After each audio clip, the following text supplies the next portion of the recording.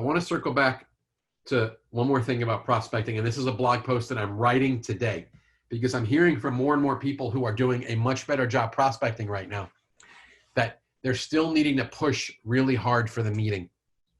And this is where my coaching comes in. Friends, the good news is you're going to secure more meetings. Here's the bad news. And I shared this with you in the original bonus meeting. I know you heard this from me in the video series. I'm saying it again. I don't care how well you did with your voice tone and your attitude and interrupting them and sharing the couple nuggets from your sales story. When you pivot and ask them to meet with you, and whether that's a virtual meeting or a face-to-face meeting or a telephone meeting, whatever kind of meeting it's going to be that you're trying to secure, which is the singular goal when we're prospecting, more often than not, their initial automatic reflexive response is no.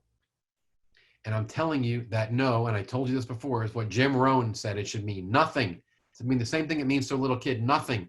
No doesn't mean they're not the right prospect. No doesn't mean you didn't do a good job. No doesn't mean that now's the right time or that they're so happy with what they have. All no means is that you interrupted them. They weren't expecting the call. You asked them to meet with you and they told you no. And you make your money as a prospector right here. Okay, this is where you stiffen your spine and you have some guts. And if you're a really relational and a conflict averse person, you get out of your comfort zone and you say, hey, I hear you, that's great.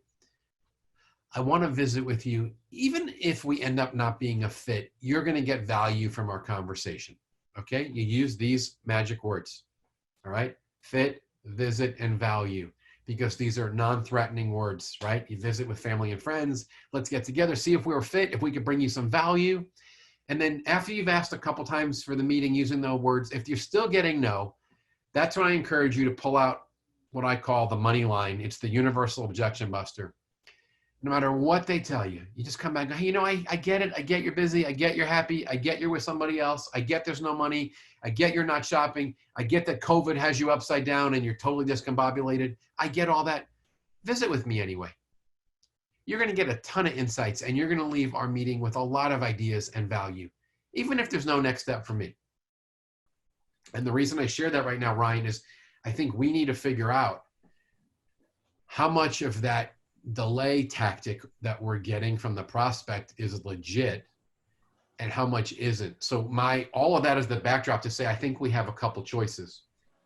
My gut tells me when I get the blow off excuse, even if it's legit, I'm going to take one more shot at saying something along these lines and trying to be empathetic, but also firm. I'm going to say, hey, prospect name, I hear you. And I'm talking with a whole lot of people in your position that have the same deal right now, where they have the challenges, but they're upside down because of the lockdown and the pandemic. Let me challenge you with this. I know you're busy and I know it's crazy. Let's set the meeting up anyway. And I understand that you probably can't move forward right now because you've got handcuffs and there's too much going on. But I promise you, you're going to get value and a lot of ideas from our conversation that's going to set up your thinking even better for when you do want to tackle this 6 months down the road. So I hear you that you're kind of on hold, and I get that there's probably no next step for me at this point, but don't worry about wasting my time. Let's set it up. Grab your calendar. I was going to ask you for an hour. Give me 20 minutes. Give me 30 minutes. Let's set it up. I'll ask you some questions. I'll share with you some of the ways we're helping people, and it'll give you some thoughts and some value that'll help you as we get ready to talk about it with you in the future. Let me stop. I feel like I articulated that pretty well. You guys, you heard some of you looking at me nod if you thought that was good, right? Like I had some tone and I was resonating with the reality that they may not be able to do anything, but I went ahead and asked for the meeting again because that's the best practice when we prospect. We circle back and we ask them to meet with us regardless of what the situation is.